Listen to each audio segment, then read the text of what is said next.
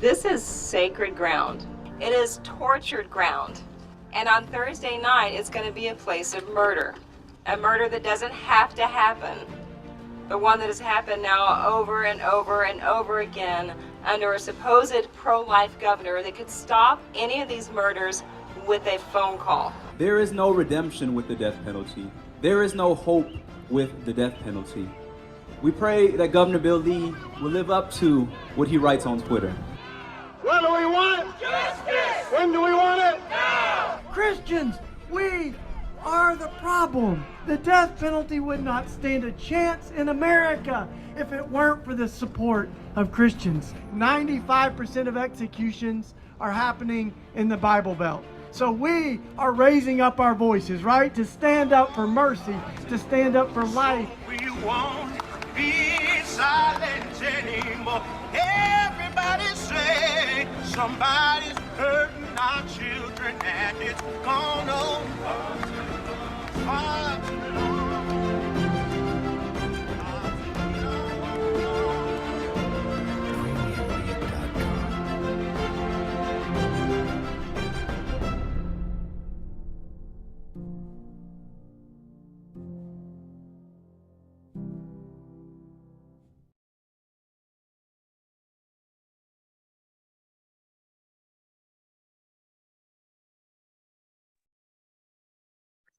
Welcome.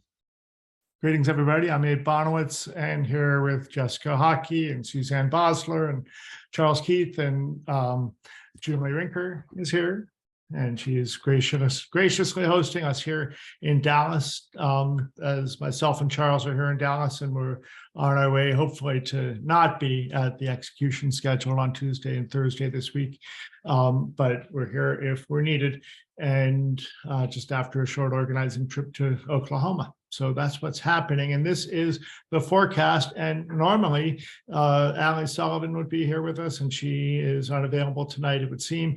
And also, normally, Reverend Dr. Jeff Hood is also here with us, and he will be, or should be, joining us unless he's had some sort of emergency. Oh, there he is now. So we're just getting things going. And this is the forecast. It is our monthly, normally the first Sunday of the month, forecast of the upcoming executions. Some of you may recall that last month we actually did it a week early because the execution, the next execution was going to be before the first Sunday of the month. So it's flexible, but here we are. And we're going to hear about the cases that are coming up. But first, I want to ask each of our people on the panel just to introduce where they're from and who they are briefly. And then we'll ask Dr. Hood to give us some thoughts on, Jeff, are you going to be talking about Mr. Green, or is that me tonight? It can be either one of us. Okay, well, I'll let you lead with that then. But SueZann, you want to introduce yourself? Hello, I'm SueZann Bosler, South Florida victim survivor, part of DPA, part of FADP, and co-founder of Journey of Hope. Thank you. Jessica? You're muted. I'm Jessica Hawkey. I am in Idaho, and I run the Death Row Soul Collective online. And we advocate for everybody who gets an execution date, plus many more. We're glad you're here with us tonight, Jessica. Thank you. Charles? I'm Charles Keith. I'm the Impacted Communities Liaison for Death Penalty Action, coming in from Ohio. And Jeff? All right. Let's see. Can y'all hear me? Yes. All right. Good. Sorry, I've been having some technical difficulties with my headphones. Nevertheless, let's see. Gary Green is set to be killed this coming Tuesday, March the 7th. He was sentenced to death in 2010 for the murder of his wife, Lavetta Armstead, and her 6-year-old daughter, Jasmine, in 2009. Not long after the crime was committed, Green wrote Green admitted to what he did. He said that he had done this because she had wrote him letters ending the relationship. It's pretty clear that Green has had a long history of mental illness, suffering from severe paranoia and anger issues. He had been checked into the Timberlawn Psychiatric Hospital in Dallas, I believe just about a month before these murders. He attempted to take his own life. And so multiple people have given accounts of his schizophrenia, depression, all of these psychiatric issues. And at trial, his defense tried to argue that his mental illness is what caused him to commit this crime. Richard Dieter, the interim executive director of the Death Penalty Information Center, basically has talked about in the past, read this in the Texas Observer, how mental illness is a tricky defense in Texas, how it is almost a defense that is, I won't say laughed at, but often just put to the side and acted like it has no merit. And when you have a state that doesn't protect its mentally ill, its mentally infirm, and scoffs at them, in my mind, you can expect pretty disastrous consequences, just like when we scoff or put aside any sort of oppressed or marginalized group.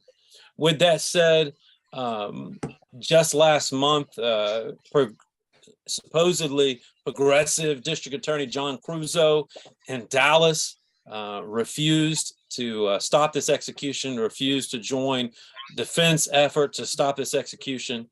And so here we are.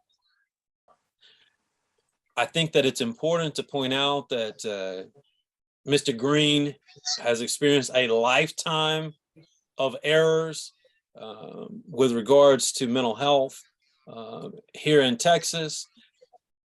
You know, and I as I've said many times, these executions are not just supposedly an indictment of the condemned, they're an indictment of us. They're an indictment of our failures often to engage those who our society has failed. And so I think Mr. Green is certainly a representation of that. From what I understand, there are still a couple of attempts to save Mr. Green's life, although I think it is in a very difficult space and more than likely to happen on Tuesday. Thank you, Jeff. Actually, thank you for jumping in with that. And I want to make sure that everybody knows you're watching from where you live in Little Rock, Arkansas. That's right. Sorry. And thank you for your. Most of the country, most of the country thinks Arkansas and Texas are the same place anyway. So. You know, there's nuances, right? The thing about this case, and I just want to show you all, because what we're trying to do is just make sure everybody understands that there's things to be taking action with. And actually, Jessica, I want to make you a co-host in case you want to share and show anything online. That's up to you. Okay. Before we do, I'm going to share my screen and just review for everybody that, this is the webpage for Death Penalty Action, and we too offer all kinds of action opportunities, and we could talk about some of this, but in particular, if you get to take action and then execution petitions, right there is where you find basically the information that we have. And I want to say that, we try to take action. We do take action on every single execution that's scheduled. Everyone that is expected to take place, we schedule. So you'll see, like, for example, this little chart here comes from the Death Penalty Information Center, and you can see they've got 5 listed in Ohio. Well, none of the Ohio dates are real. Okay, they're on the schedule, but we have a governor there that is not going to carry them out. at this time. So, we don't bother to put those in here. These are the dates that we consider to be real possible execution dates. And that's where you find them, is a death penalty action under the action tab at execution petitions. And it's important that people sign petitions, sign ours, sign others.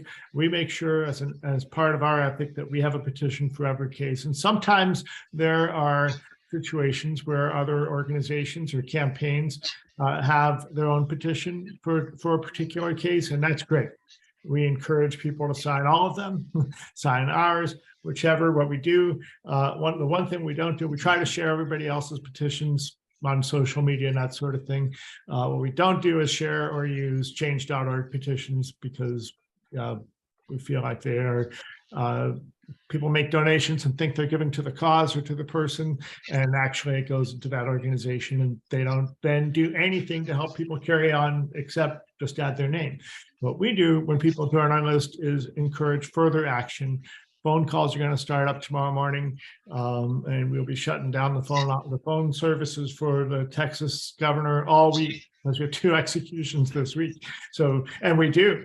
That's what happens. People tell us, once we put out our action, that there's, it's a 10 or 15 minute wait to talk to people, or go straight into voicemail, or to get there. And that is very much like creating a virtual sit-in. That's what I think about it when we ask people, everybody, call multiple times a day, every day, up until the time of the execution, even if they've denied clemency, even if we know it's going to happen, because it's creating pressure on government and making sure they know that the whole world is watching. And that's our goal with this. Okay, and others do this. The Death Row Soul Collective does this. Other state organizations do this too. And we're just trying to pile on and make sure that there's something for each person to do who wants to take action opposed to executions. And I mention all this in part because I want to highlight the fact that not a whole lot has happened beyond social media posts for Mr. Green, who's scheduled to be executed on Tuesday. I'm not familiar with anybody who actually is in touch with him or who knows him, which is different than all 3 of the other executions this month that we're going to hear about. And I'm sorry about that. It's something that is a reality. That if we knew the people, we'd be bringing them and inviting them and lifting them up too. And it's just a part of the reality of this work. And we'll talk about this also more with, for example, Ivan Cantu, who's scheduled to be executed at the end of April. Ivan, his people have been after us and asking us to take action and get involved for months. And we had to say, well, get in line. We're taking each person as we can. And when we have more resources, we're doing the best we can with what we have. And that's one of the reasons why we created this program, is to make sure that there is a spotlight on each of the cases as they're coming up. So Jeff has just reviewed the case for this Tuesday's execution, which is likely to happen. I want to show you one other thing, especially we'll be putting out the registration for the live virtual vigil tomorrow.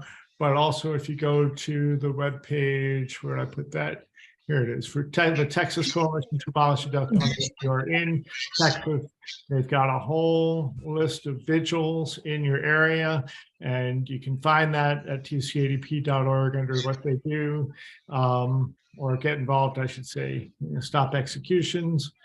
And then go to here, vigils in your area, and that's where you find the local vigils. And we try to plug in the local vigils to the virtual vigil as many of you as can. But you can see there's people doing stuff all over the state of Texas.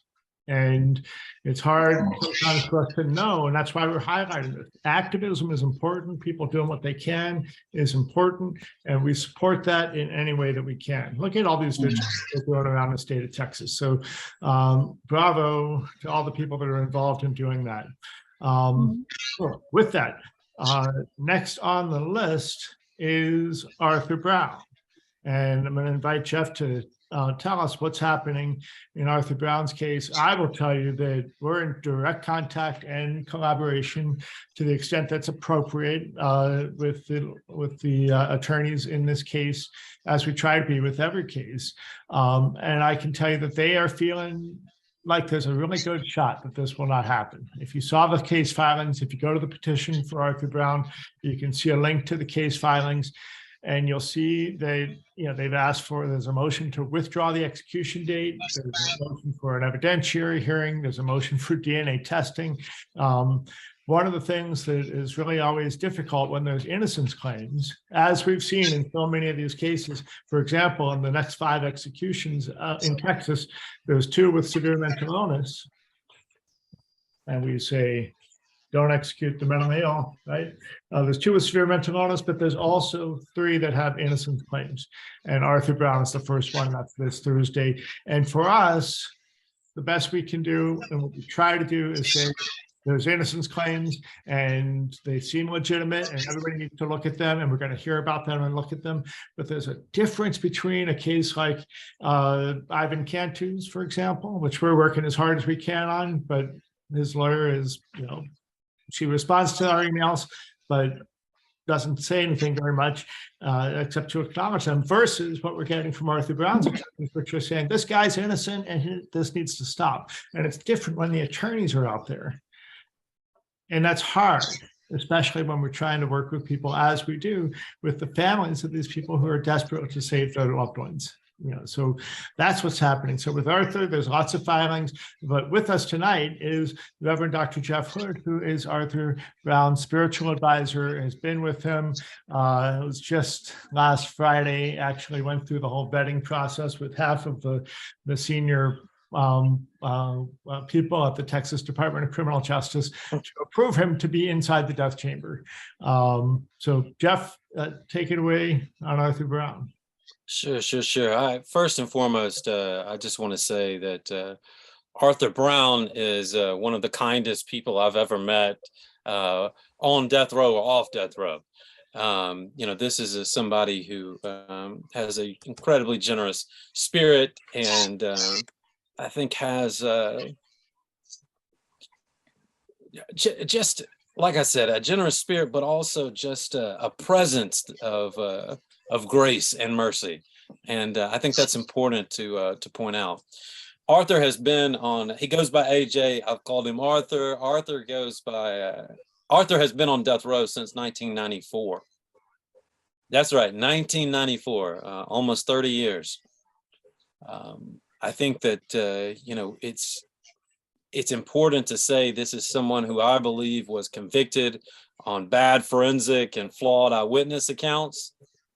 And recently his attorneys have discovered evidence that was suppressed by the Harris County District Attorney's Office back then and has continued to be suppressed up until now. Let me go into the case really quick.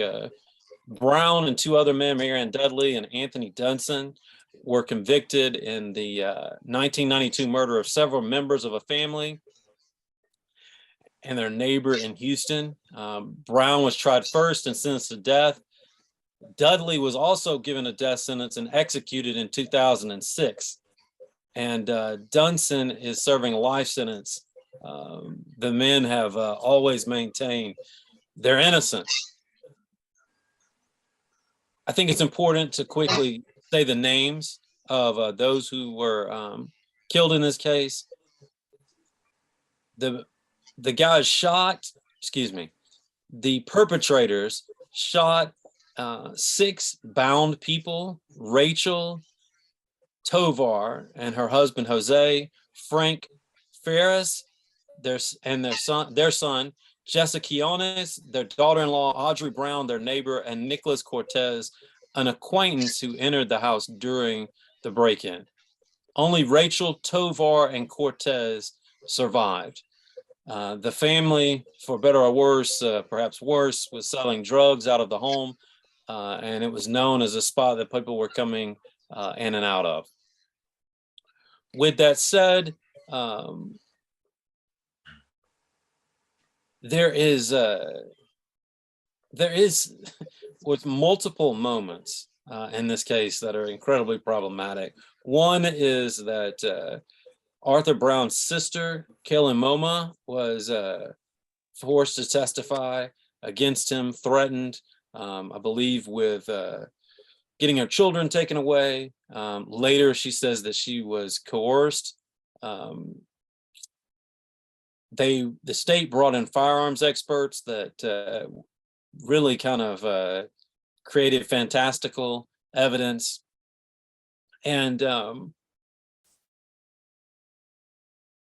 so it leaves a large swath of evidence that has not been tested or engaged.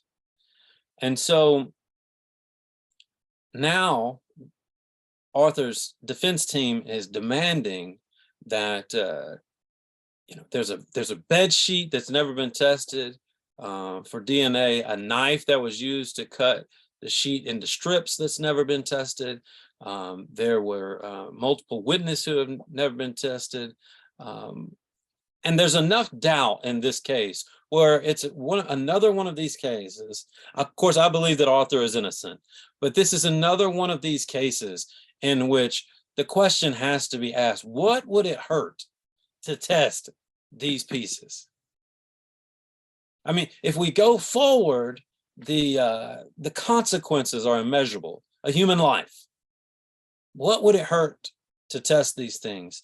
I think it's also important to point out that Marion Dudley was executed in 2006, which means if the case that Arthur Brown's attorneys are making, if it is true, then that means in 2006, the state of Texas executed an innocent man. And I think that that's an important piece of this case, because what we often see are the systems protecting the system. And we have a district attorney's office, a court of criminal appeals, trial courts, all of these stages who, especially in a state like Texas, are very hesitant to make any sort of ruling that might say in 2006, we got it wrong. I have seen governor after governor in Texas who has repeatedly said, Texas has never executed an innocent man. The system works. Well, I think that we all know that the system doesn't work. And I think that we have multiple cases in Texas that are very close to actual innocence, if not all the way. But this certainly would be one of those cases. Actually, I just got a call from Ben Wolf, Arthur's attorney, and he will be with him in the morning. So as far as Arthur is concerned, I am prepared to join him later on this week if necessary. And I pray that it won't be necessary. I pray that, tomorrow or Tuesday, we will get information that a couple of these judges decided to do the right thing. Thanks, Jeff. And as you were talking, as you know, I was sharing the petition. You can see the link that we put there to all of the most recent case filings in the case. And this is, I was on the phone with Ben Wolf and Burke Butler from the Texas Defender Service just on Thursday. And they were talking about how they were still finding new hidden evidence. Okay. And also in that link, on the webpage, there's a link to, and you can also find it on the Facebook page. There's a link to the press conference that we did. I think it was on Thursday. It's all a blur right now. But joining us on this press conference were actually two of Anthony Brown's sisters. Apparently, he's got there's 36 siblings in that family, which is astounding if you think about it. But that's we're gonna maybe have a time to meet some of those people over the next week, especially if this execution is not stopped. So we'll see what happens with all of that. If you have questions as we're going by, and I hope also we've dealt with the audio issue that David was raising. If you have questions, just feel free to put them in the chat or use the Q&A function. Jeff, is there anything else? How's Arthur in his spirit? Is he hopeful? What's he feeling? What's he telling you? One of the things he told me when I was with him last week, he said, whether I live or whether I die, love remains. And so he has a tremendous spirit.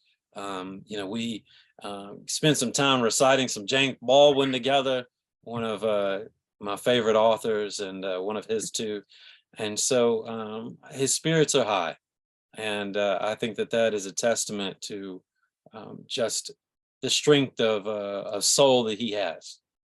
All right. Well, thank you. And thanks also for sharing that redhead on the couch behind you.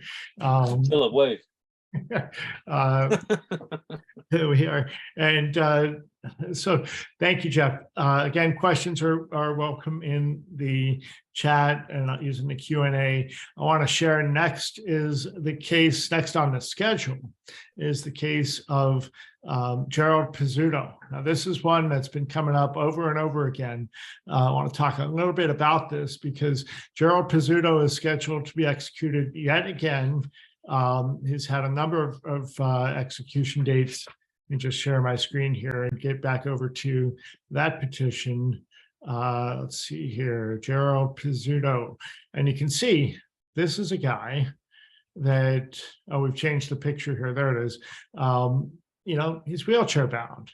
And he's been under hospice care for several years now. And it's a question of whether he even lives long enough to be executed. But currently, and Jessica, I want to invite you to chat on to comment on this as well.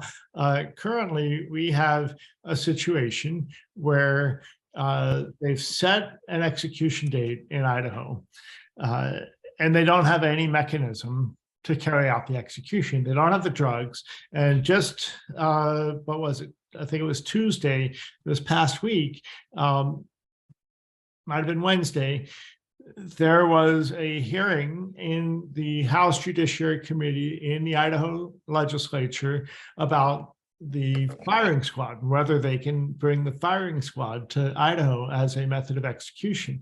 And what we believe is the case is that they reset Gerald Pizzuto's execution date for this month in order to help spur the conversation about pushing forward the firing squad legislation, because that's the only way they think they'll be able to get a mechanism to carry out executions. They got 8 people on death row in Idaho, and with us right now from Idaho is Jessica Hawkey. And Jessica, do you want to add any thoughts about Idaho and what's happening with Gerald or the situation in the state? And then we'll get on to Annibal's case.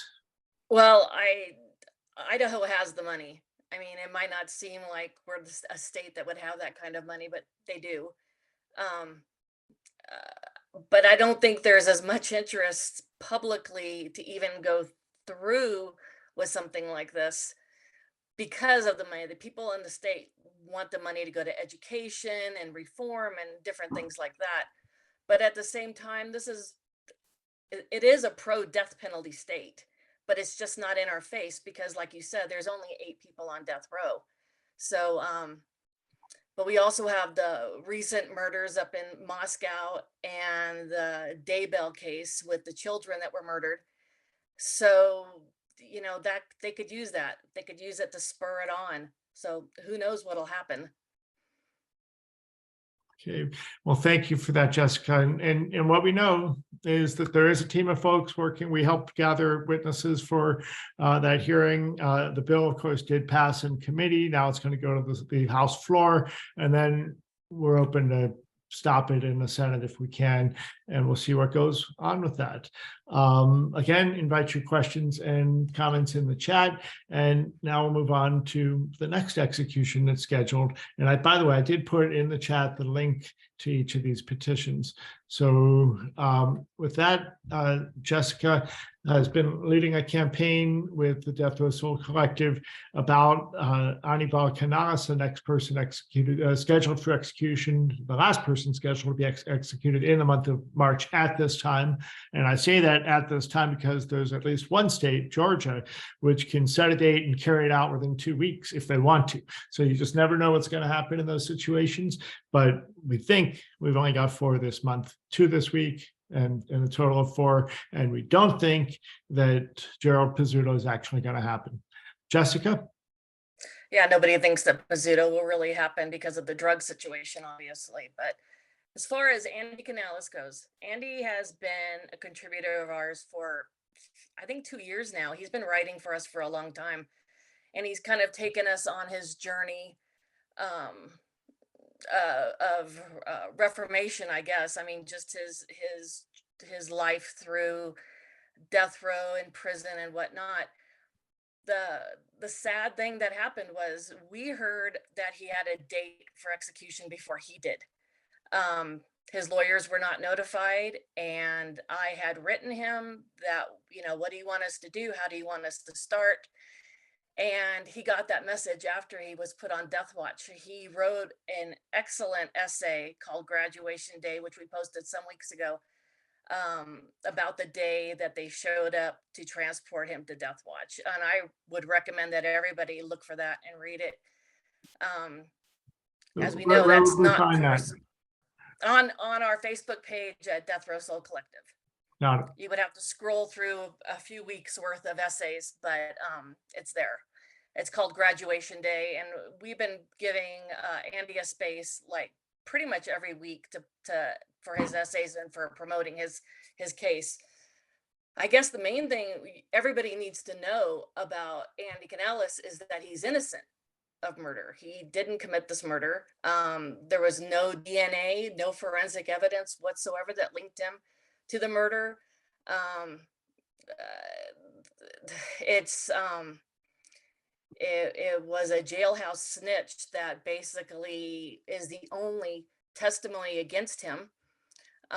He does have a co-defendant, Will Spears. We don't know where that stands at this point, but Andy is steadfast on his claim of innocence, and he believes fully in his lawyers. And we are hearing that there are going to be some information coming soon, like in the next week, for things that they are putting into the court.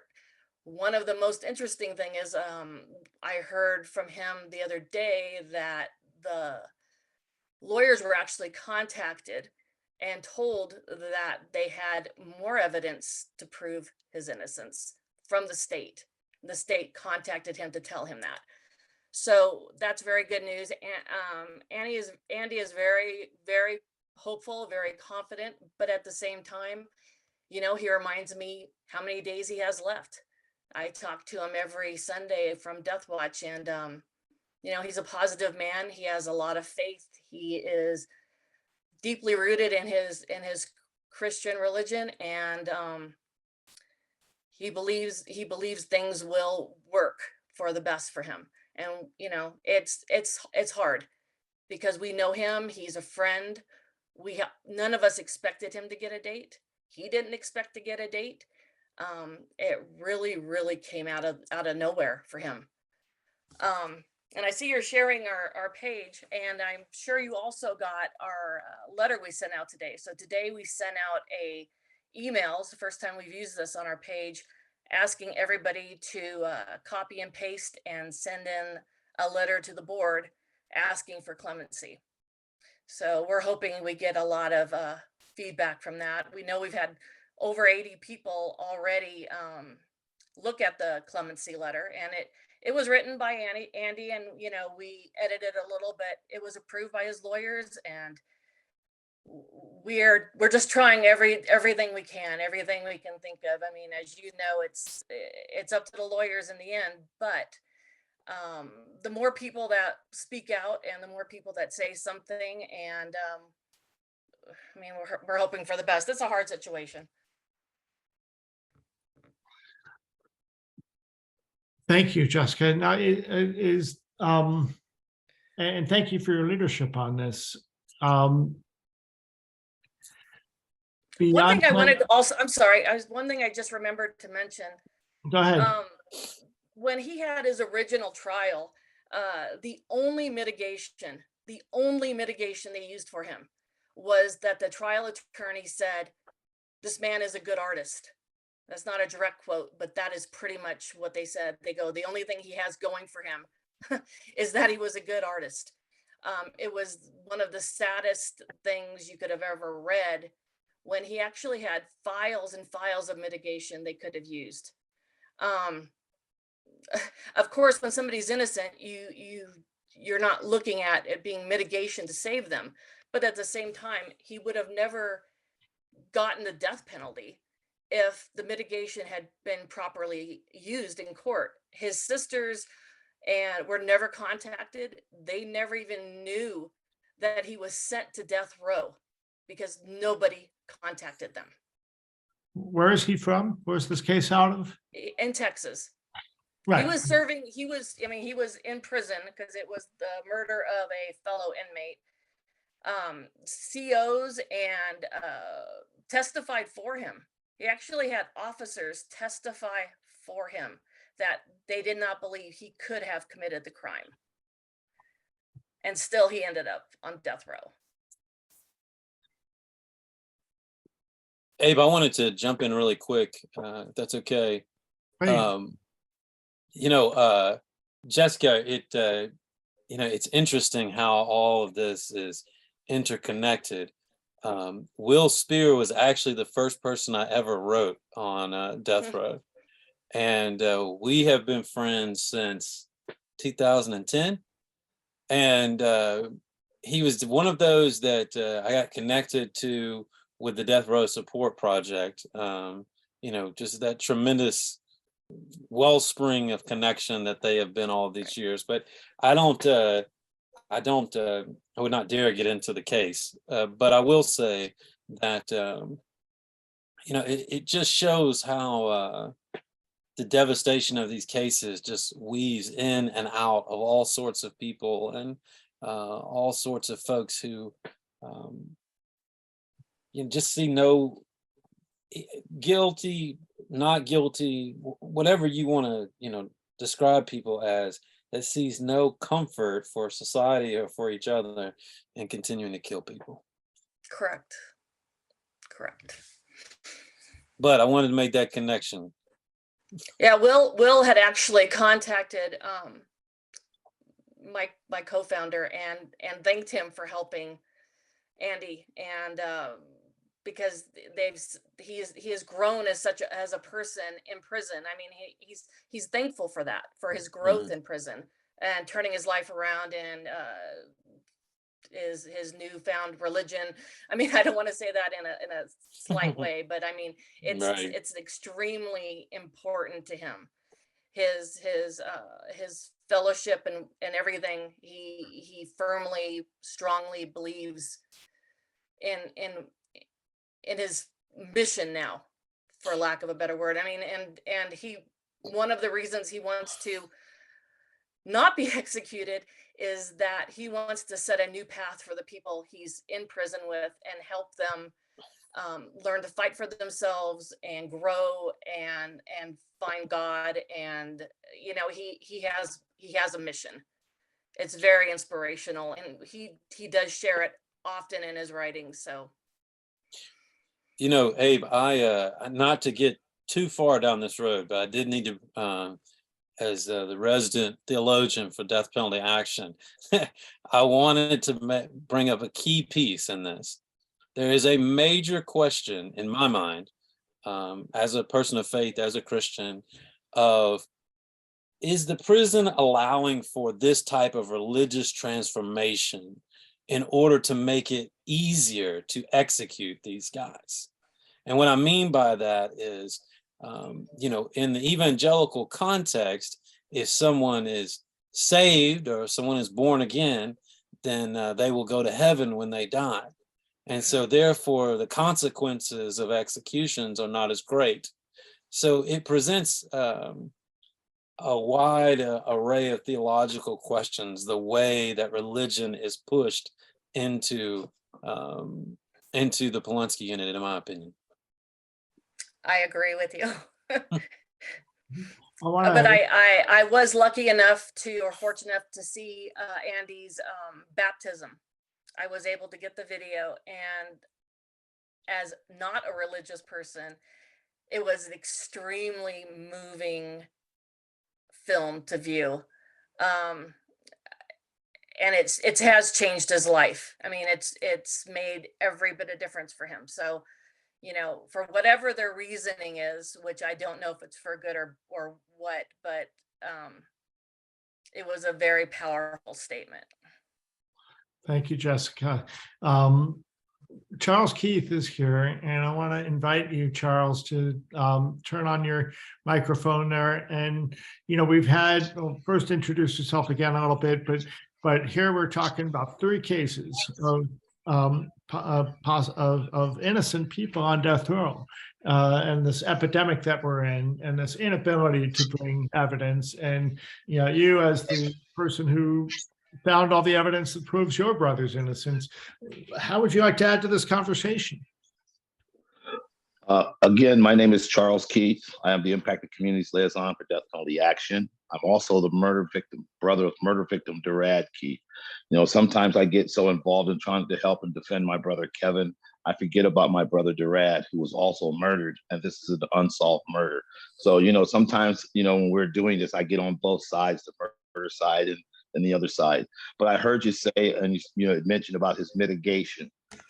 If you're going to execute a person, there's not a whole lot of good things that they want you to say about them. My brother had no mitigation, 0. They didn't even mention his name. So there was nothing to go through the courts to say that this was a good person or anything about him. To get these cases and get these convictions, you almost have to have people bloodthirsty.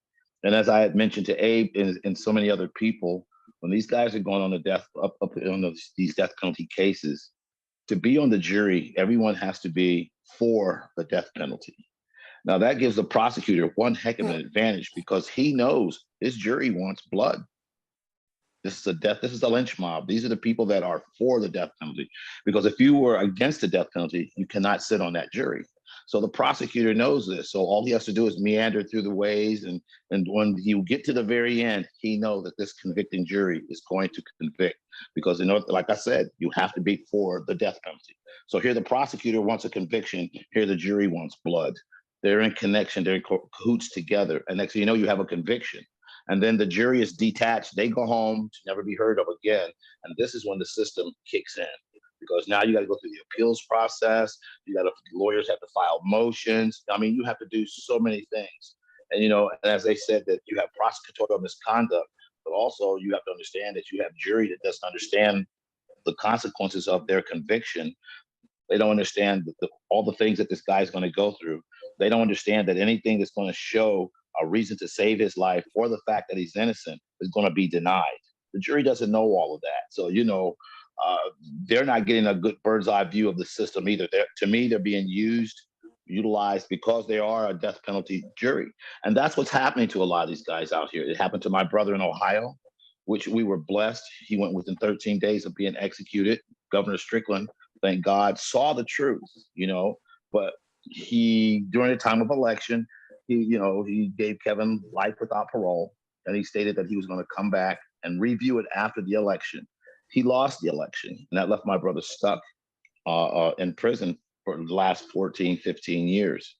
And right now, we're in front of the governor in Ohio, Governor Mike DeWine, and we're waiting on a decision. Monday, any day next week, any day after that, that's how far we've gotten. And the things that I've had to learn to understand the criminal justice system, the law, as I mentioned to so many other people, the law is written. It's written, but the system is whoever you have in charge. They bring in their own administration. They bring in their own system to view and do the law the way they feel, not how it's written. Because you have lawyers that come in and they spend a lifetime putting all this information out, showing good qualities of their client, showing that their client is innocent or there should not be a reason to kill. They don't want to hear that. These people are out for that. I don't know what they're out for. It's just mind-boggling, but this is how they set it up. And then we come out here and we're trying to figure out, how do we unravel this? And working with Death Penalty Action and working with my brother, I found so much stuff. So there's so much stuff out there, but they don't want you to find that. So, a lot of these guys are getting executed without any justice at all. Guilty or innocent, there's no justice whatsoever. Well, Charles, thank you for that. Now, it's been a struggle for those of you that get to work with you, not struggling working with you, but watching what you and your family are going through. You've been through this once when Kevin came within 13 days of being executed, and now we've been through all these hoops and the podcast with Kim Kardashian and all this. And what's it been? I think 7 or 8 weeks now. So in Ohio, you have to have a clemency hearing. It's a miracle that they got a second clemency hearing for Kevin to look at his life without his death in prison sentence. Which Governor Strickland, and I showed the petition a few minutes ago, there's a picture of you with Governor Strickland, who commuted that death sentence and is now advocating for Kevin's release and wishing that he had released Kevin. It's been, so in Ohio, the parole board has to give a recommendation. It doesn't matter what the recommendation is. In 2010, they voted 100% no to recommend clemency. Governor Strickland ignored that and granted clemency. And he executed dozens of people, but he gave clemency to your brother.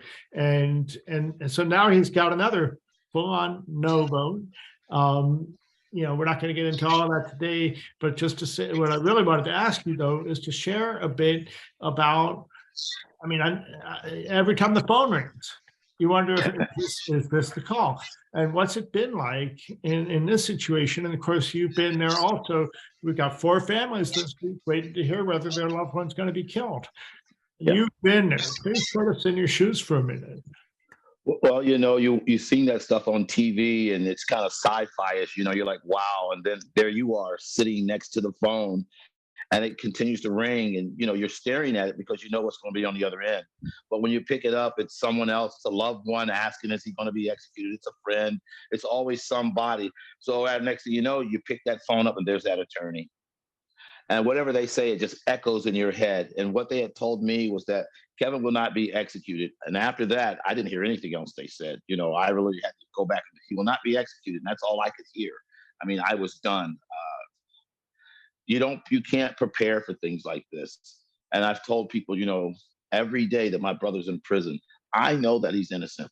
They know that he's innocent. And it's driving me nuts. And now we're sitting here again. Is he going to come home? Is he going to get that yes vote, that thumbs up? I know he's innocent. And they know he's innocent. How do our families turn our backs on our loved ones? And we know they're innocent. They did not expect us to come out as poor families, poorly educated families, and fight against this system, this administration. They did not expect that. They expected attorneys to do it, but they did not expect us small, poor, poorly uneducated families. But we did come out. The Lucio family came out. The Reed family came out. The Jones family came out. The Keith family came out. So many families came out that they did not expect. We weren't lawyers. We weren't advocates. We weren't anything, just their loved ones. And, we've started to get a following, and that's, we've been able to align ourselves with the abolitionists and the activists. But I tell them all, I'm a victim of the death penalty. I cry all the time. My brother, if he comes home next week, I told Abe I'll jump to the moon. But what if they say no? Somebody asked me that. I said, well, damn, there goes the rest of my life. I'm already 64. I've been fighting this 30 years. They've actually killed me too. They've killed off my life. They've killed off the love for my children. They've killed off everything, and they know it. They know it. And that's what you call our American justice system, not the American law, the justice system. It's funny. That's why we wait and see who's going to get in office. Who do we need to vote in office? Well, does that change the law? Who's in office? Thank you, Charles. And we're just grateful that you're with us and that you're able to, there's several trips that you've missed because you're afraid to leave home. And, and now they're still dangling you. And friends, you can see this in Charles, what so many other families are going through and what this system puts families through. And, we can change it. I saw somebody, Libby, I think it was, in the chat was asking, can there be a, let's see what she say here. Can there be a referendum about making sure everybody has access to DNA testing? Yeah, how can we make it a right for DNA to happen? Charles, what do you want to say about that? Yes, I'd like to say in most of these cases, there is no DNA. In my brother's case, there was no evidence. All you need the jury to say is convicted. Once the jury says convicted, the system is on. So what is there to test? There is nothing to test. There's only motions to file. There's narratives to change. You're being convicted on paper. You're going to be beat up on paper. There is no evidence. But if they have that DNA, yes, they should test it. It should even be a question as to a guy in Ohio named Tony Ampanovich. They found out that they tested his DNA, and they found out the system tested his DNA and found out it was not him. He was an innocent man. They let him go home. They went back and got him and took him and put him back on death row because of a technicality. But the DNA says he's an innocent man. So why is he still in prison? The reason he's still in prison is because Ohio law says if the prisoner didn't ask for the testing, then he doesn't get access to it. It's ridiculous, and there's legislation to try to change that. Tony is actually the first person I started writing on death row almost 30 years ago, if you can believe that. And there's so many of these cases. We haven't heard anything yet from SueZann. She's here, and she was with us at the prison in Florida, and she and I traveled throughout the state of Florida a couple of weeks ago prior to the execution of Donald Dilbeck. But SueZann, if you want to add some thoughts before we start to close it up, then I welcome that at this time. Yes. Well, yeah, you're right. It was an interesting 10 days that we traveled across Florida, and actually it was good in the sense that something that I needed to be out there with you all, working, doing more about the death penalty. It was interesting because, of course, it was kind of last minute, but we still got a lot more done than I even expected. So it was pretty damn good. And although there were moments of times we didn't get much, but overall it came out to be really good in working with Father Philip in Daytona.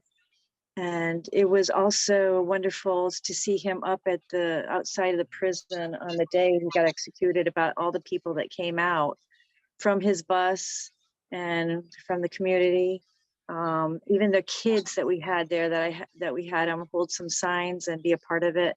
And I remember afterwards, two of the little girls, after we found out that Dilbeck was executed, they came over to me, and both of them are crying. They're about 8 or 10 years old, and they were crying with their hearts broken of knowing that the state does this at that age even. So Charles, you got it. It hurts you. It hurts people that are 100 years old. It hurts 10-year-olds. It hurts everybody, and whether they're involved or not, or they will get involved by, you can see it on the news or knowing someone who's a part of it. But it's always interesting to know how the petitions are coming across better, the phone calls are coming across better, but we all need to be out there, as a lot of you that are listening right now that are doing things that we don't even know about.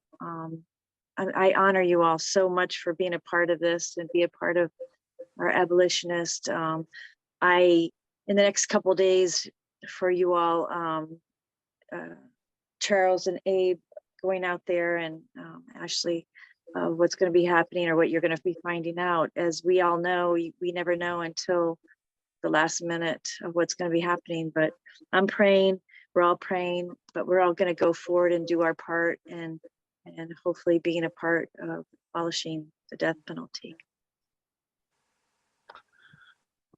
Thank you, SueZann. So that covers the 4 executions that are scheduled in the month of March, and the work that we're doing to try to, many different people, legal teams and activists and organizers and friends and families of these prisoners are all doing everything that they can. And of course, many of you that are watching on Facebook and in the Zoom audience also are superheroes to me for all that you do. And that's really what we all have to do, is come together in as the leaders that each of us are. And if you're doing something, you're in leadership and doing much more than most people. And I want to say that that's an important thing to keep in mind. I want to share a couple more things, but first I want to invite any final thoughts from our panel tonight and any final questions from our audience. You can put them in the chat or use the Q&A function. Charles? Yes, I'd like to say, with all the activism and all the calls, we're only trying to convince one man. It's not like we're trying to convince 10. So when you got thousands of people calling in, you got hundreds of letters coming in. We're only trying to convince one man. And that's the man you voted in. So why can't we get his attention? One man. Thank you, Charles. Jessica? I just encourage everybody to write letters to the boards before the boards make their decision to grant clemency for everybody. I wish I had the ability and the time to write a letter or send one out for everybody, but it's hard. It's a lot of work.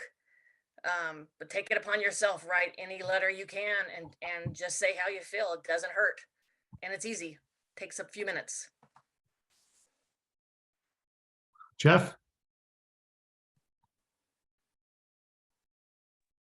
I just want to encourage everybody to keep the faith, keep this spirit, this soul that keeps us going, this power that is love, this power that is grace and mercy, and let it fester in your souls. Every time you hear somebody like Charles describe what he's going through, Jessica and her connections to those on death row, SueZann and her experiences, Abe and his leadership. I mean, everybody has something to bring to the table.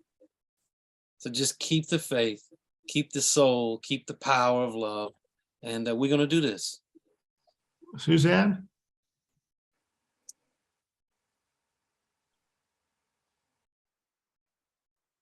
Just final thought.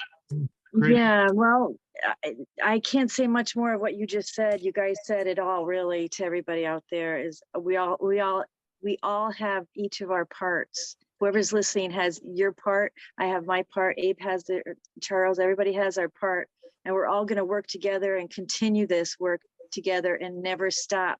Never hold back. Continue being consistent. Don't stop doing what we're doing. Share with our people around us too, that is willing to listen to us, to be a part of it and be added on, and continue our work of whatever we need to do to stop these executions, and innocent or guilty or whatever may come. We will not stop. I know that. So like my dad always said, is that let there be peace on earth and let it begin with me, but it's going to begin with every single one of us here tonight and others. So thanks. Thank you, SueZann. And with me here is one of our leading activists here in Dallas. It's Julie Rinker, and Julie, welcome. Thank you. Thank you. I'm a public school educator here in Dallas, and I think just trying to figure out how the people get interested and invested, and I think it just starts with a story. So sharing these stories of these humans and the mistakes they've made in some cases, or the mistakes made by the state, and the places they're in. So I think sharing the stories with the young people, the people in your lives, it's going to make an impact. So thanks for letting me be here tonight. Well, thanks for letting us be here in your house. Mm-hmm. And Julia has been one who's shown up at the prison in Texas, and came to Oklahoma for some of that action. And thank you for the leader that you are. So, and you mentioned bringing the stories to people, and that's what I wanted to share. Actually, it's amazing. Charles and I are here in Texas, but also in Texas is our film crew. That just a couple of weeks ago, we expedited release of the first 4 episodes of The People versus the Death Penalty, featuring, it happens to be 4 Floridians. And that's the tour that SueZann and I did around the state of Florida, was bringing those documentaries, those mini documentaries, to everybody in Florida. We tried to get the media to pick up on that, and we're still working on that piece. But we did over 18 television interviews and some other interviews that got carried and helped make an impact with that. But this week, our film crew, the Wonder Brothers, they're an outfit that we found through and with Shane Claiborne and Red Letter Christians. They're back here in the United States. They live in Ireland, but they're here in the United States, and on On Wednesday, they interviewed Dr. Rick Halpern, a leading abolitionist and professor of human rights here in Dallas. And then on Thursday, they interviewed Lisa Brown, who is the mother of Christopher Villalba, one of the people executed in the Trump execution spree. So they'll be featured in the next set of videos. And then tomorrow, we're interviewing John Lucio and Michelle Lucio. John is the son of Melissa Lucio, who was almost executed last year, and we are working very hard to free her. Still, she's innocent. There was no crime. And finally, on Tuesday, they're interviewing Roderick Reed. And that's another one of those cases where every time the phone rings, you don't know what it is, because we're waiting for a determination from the U.S. Supreme Court on whether or not Rodney Reed can have access to the DNA testing of evidence that's never been tested. And maybe that can help save his life.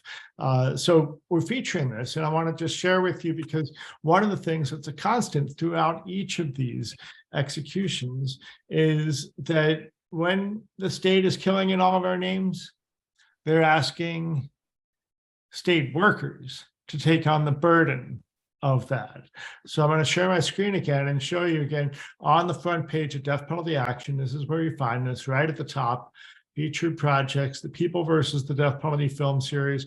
You just click on that and you can get over to this. And by the way, we've got this now with Spanish subtitles. You just click on this to get to the Spanish subtitles. But you can look at these films. And in particular, I want to show the one from our friend Ron McAndrew as we close out for tonight. So take action. Tomorrow morning, there'll be an email coming out with the phone number for the governor, and it's already on the social media. And if you follow Death Row Soul Collective, we got plenty of opportunities to take action and connect. Jessica, again, thank you. So what we have to do is just keep doing the work, keep sharing the work, share these especially. We already know they've been used in churches around the country, and that's exciting. So I'm going to show you this, and then I got one other thing after this. So here's Ron McAndrew.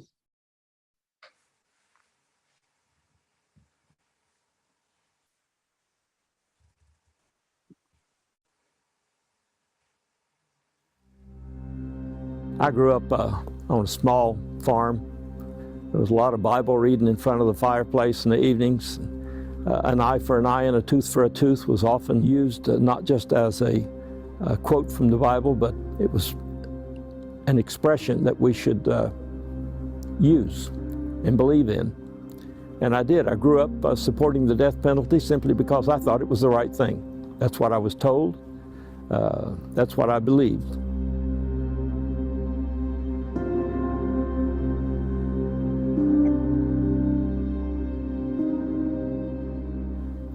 I was starting to have a mental anguish, trouble sleeping, drinking huge amounts of alcohol, try and numb the stress. There was a point after I left Florida State Prison that these men would come and sit on the edge of my bed at night. I told my wife that I was being haunted by the men that I had actually helped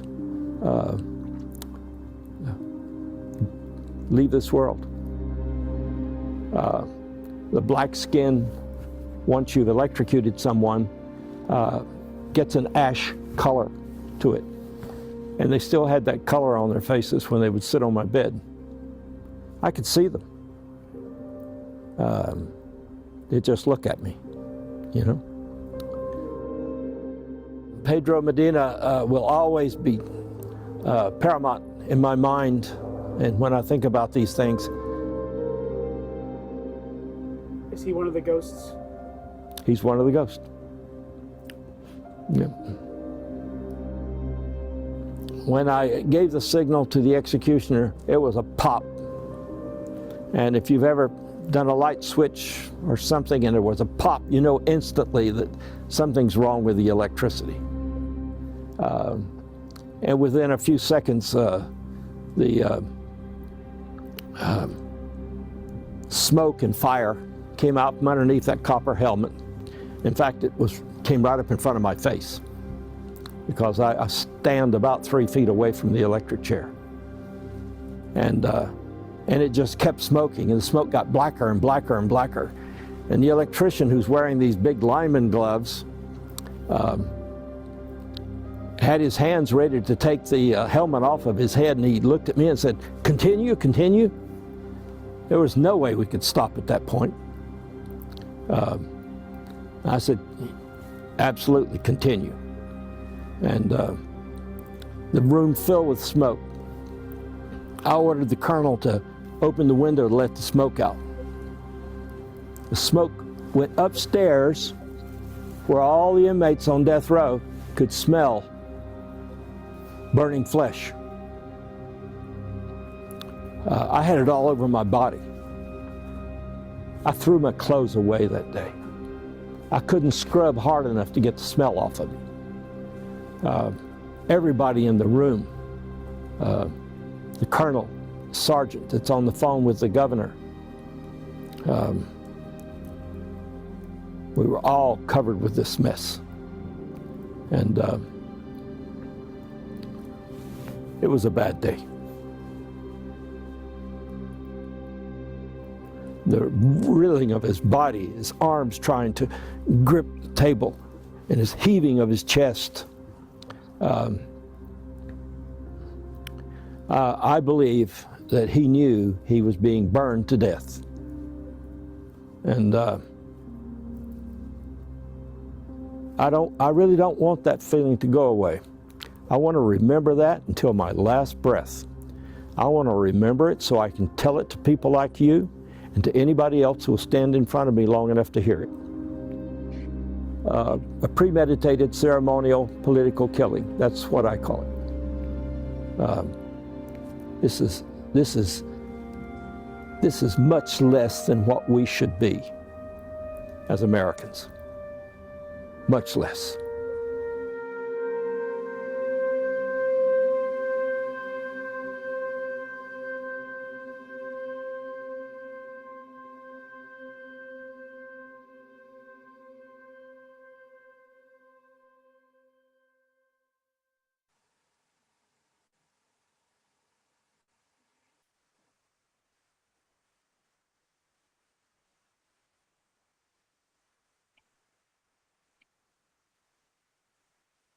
And as these credits are scrolling, I'll just share that we're still raising money to finish this project, and anybody who would like to become one of the co-sponsors, just go to the webpage, and that's where you can do that. And we're grateful for any support that we can get, and we think that these are really powerful tools that any of us can use to share with people that haven't thought about it. We've also got, there's a feature on SueZann Bosler and Derek Jameson and Herman Lindsay, who are the with Witness to Innocence, death row survivors. So pause that and move back over here to, we're still there. There we are. Back up here at the top of death penalty action. Also, that's the last thing I'm going to show, and then we're going to be done for tonight, is the For Whom the Bells Toll project. And I'll just share that we now have some of these signs in Spanish, and the buttons are in, and we're ready to roll this out a bit more.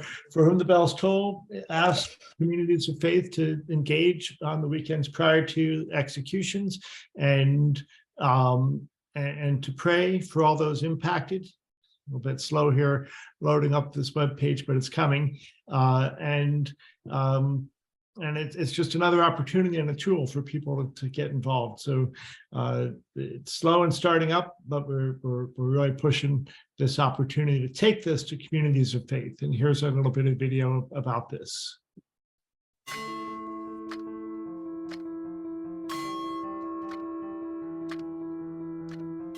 Right now, several states across the country are in a mad rush to execute people on death row. With so many lives at stake, communities of faith are standing up in opposition to this continuation of the cycle of violence. There are 3 simple ways communities of faith can help.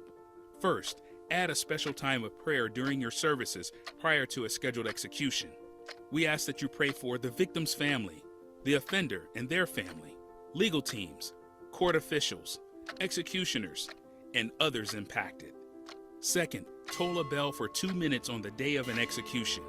If you don't have a bell, display a banner or sign showing your opposition to the death penalty. Third, go to our website, forwhomthebellstoll.org, to learn more about our movement, order an action kit unique to your state, and register your participation. We must act now because time is running out for so many men and women on death row. Together, we can abolish the death penalty.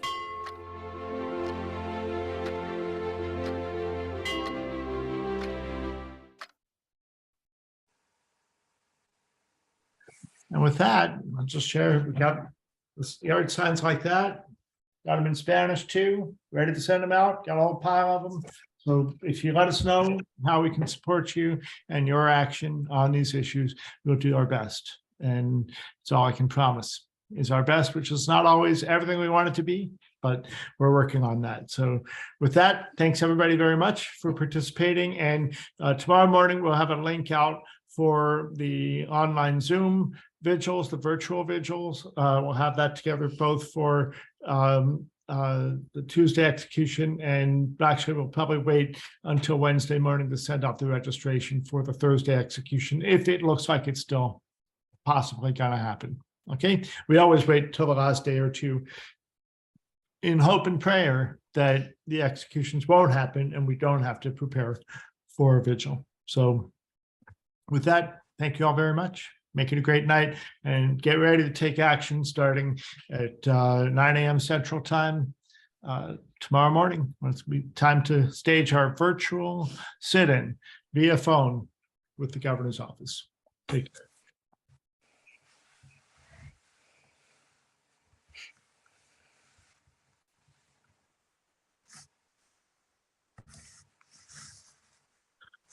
All righty, thank you, Jessica. Are you coming to Texas? Are you stuck? I'll be there. I'm leaving tomorrow morning. Yep, I'll be there.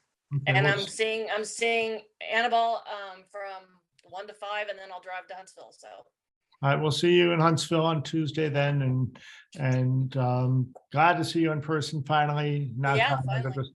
not glad about the circumstances, as we say. No, I mean I really don't want another friend executed. I mean this is the 4th person I've known, and it's tough.